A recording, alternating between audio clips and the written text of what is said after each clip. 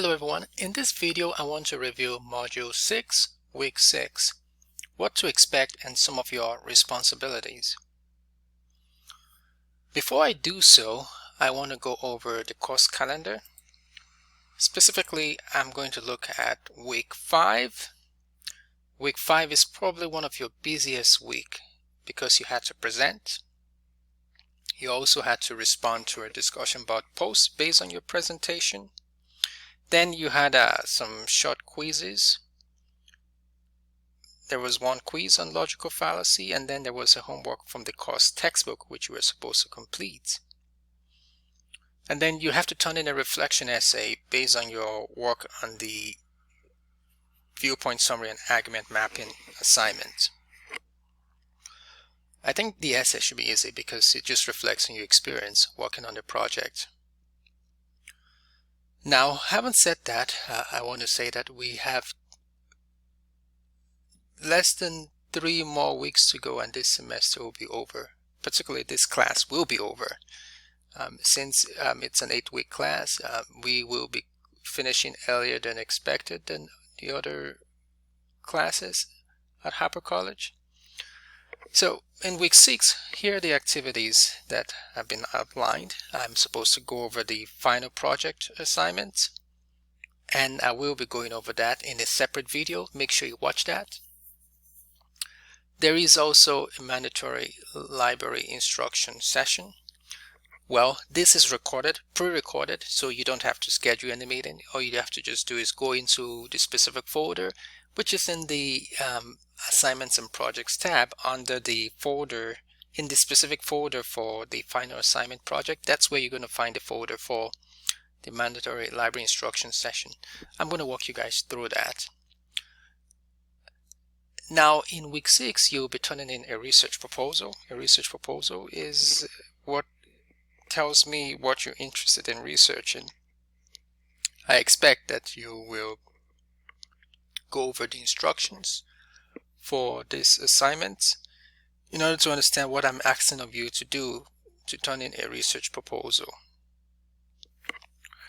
Of course, there is also at least 2 videos on the library instruction.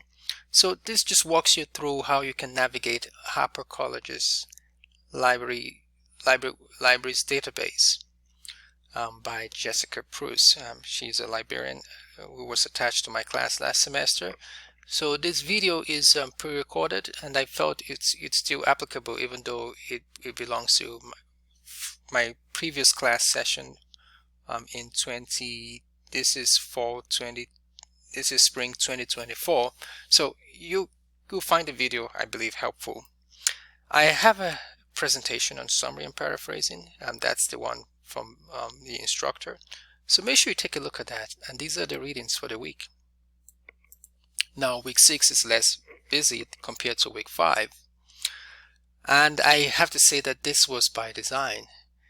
I was pretty much trying to cover everything else that we needed to do. Since you guys you have been doing some activities, completing some readings, it makes sense to assess you at the end with the logical fallacies quiz and the homework on inductive and deductive arguments, this is pretty easy.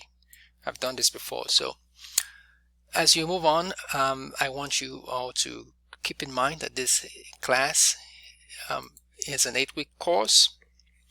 If you feel in the pressure of it, just remember 3 more laps to go and you're done. Sometimes, and it's often the case when I have students enrolled in a class, they are sometimes surprised by the level of work they have to complete, and you know, they're acting very astonished. I hope that's not where you are, but if that's where you are, just remember, in 3 weeks this class will be over, and then you can do what you want. So I don't have any control over what you do outside of the class, but what you do in my class, that is what I can control. So I try my best to accommodate students to the best of my ability, but I have to be fair to all students. So therefore, when you send me an email, and sometimes I get emails from students, they start deciding, I'm going to submit my work at so time. Let me say this. you want to be sure that you have a conversation. If you're Because this is more like a negotiation. You're trying to propose to me when you can turn in the work, but we've never had a conversation. I didn't agree to that. Besides, I have a course syllabus that sets my agenda. So it is rather presumptuous when I get emails from students and they're telling me this is when I want to turn in my work. Who said that? I didn't give you that permission. So the wisest and the best way of handling such a thing, and I look at students on a case-by-case basis, especially if there are reasons for me to grant an extension, is to have a meeting. You need to have a meeting with me to discuss, and then we will decide what, and you will hear from me, just as I'm hearing from you, and then I will decide the course of action. It's not for you to send me an email for you to just tell me this is when I'm going to turn in the work. It is rather presumptuous because you're not the one going to grade the work. There is somebody standing behind the screen who is going to assess your work, and it's not being considerate when you just start to give out time without having an initial conversation. I know this is common for many students who are new to college setting, because you probably did something like this with your K-12 teachers, and then you think you could do the same with your college instructor.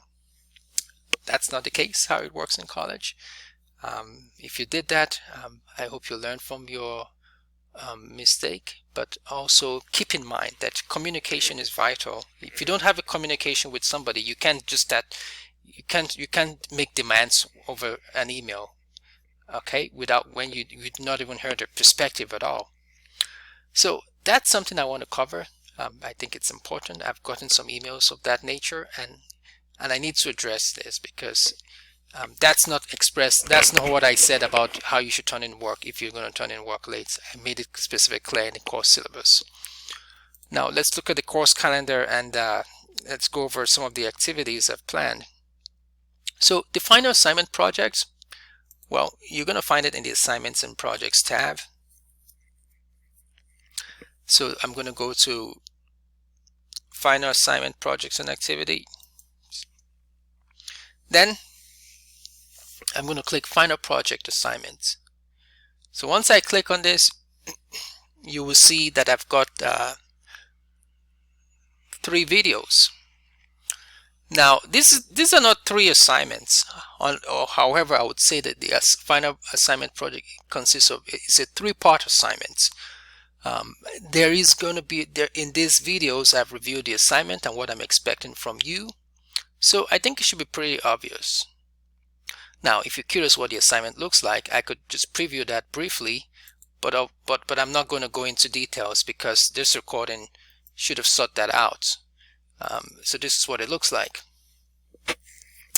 The research proposal is a part 1, and the research and the argumentative research essay is part 2, and the part 3 is annotated bibliography. Okay.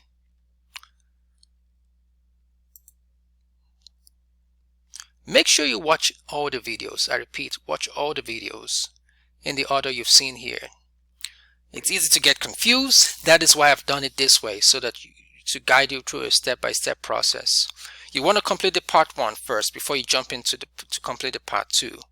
Then as you complete the part 2, I expect you also working on the part 3, because at the end of it all, you have your bibliography of sources. So this is giving you a heads up notice so that you're not overwhelmed. And I repeat, I tell students, do not work on an assignment project a few days before it's due or on the day it's due. You're going to be overwhelmed. You cannot treat this research project like that. You got to give yourself a head start. And I think one way of starting off is with a proposal. Just thinking through, telling me what you're going to do, also assessing what you're going to do, and trying to make sense of it. So that's the proposal for you. But ideally, when you've gone through the proposal, you have some sort of firm understanding of what you're going to do. Ideally, if you've gone through and let me go back, because this is the library instruction. You see the library instruction session. Once you've gone through that, hopefully it makes things easier for you to do or to complete. So these 2 videos should help you. Jessica is a librarian I've worked with couple of semesters. This semester I thought I should just use one of the recorded videos, which we did from from spring 2024. So it's from my other class then. So don't mind the W-65. Just remember that this is just to help you guys. Since I didn't want you to go to a recorded session, to a live meeting, and I felt therefore it makes sense to show you a recorded video, some recorded videos about the library instruction session. So there's an activity for you to complete after you've watched these videos. Okay? Looking at the course calendar,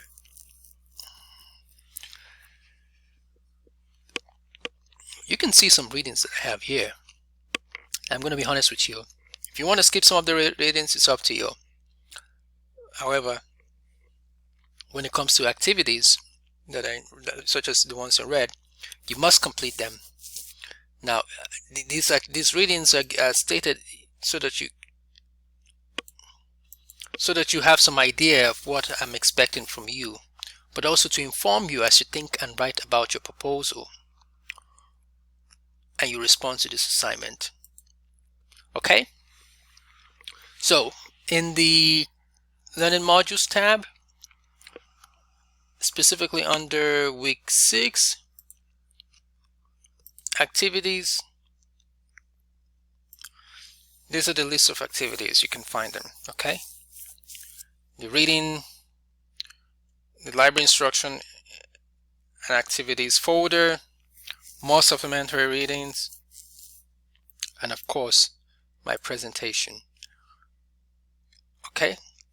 Because in week 7 you would have an activity to complete on coding and synthesizing.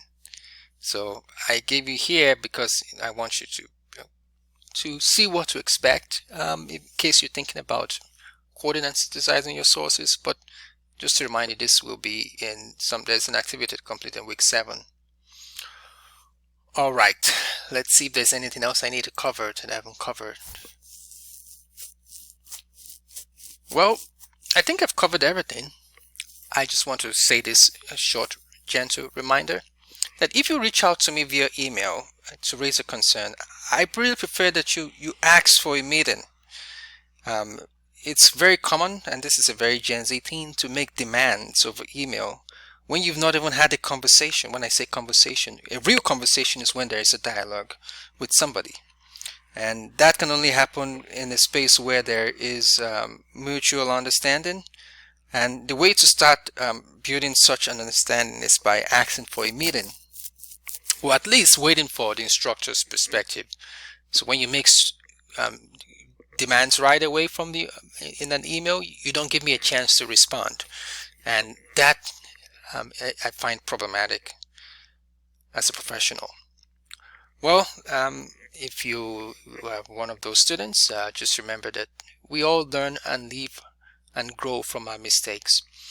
I'm sure that when you encounter other professionals, they would also explain protocols and how things work in the real world when it comes to associating and communicating with other professionals.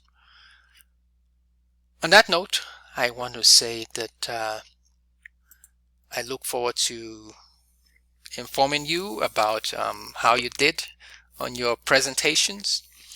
I will be looking at your videos, and hopefully I'm sure that many of you did a great job. For now, enjoy the rest of your weekend. Bye-bye.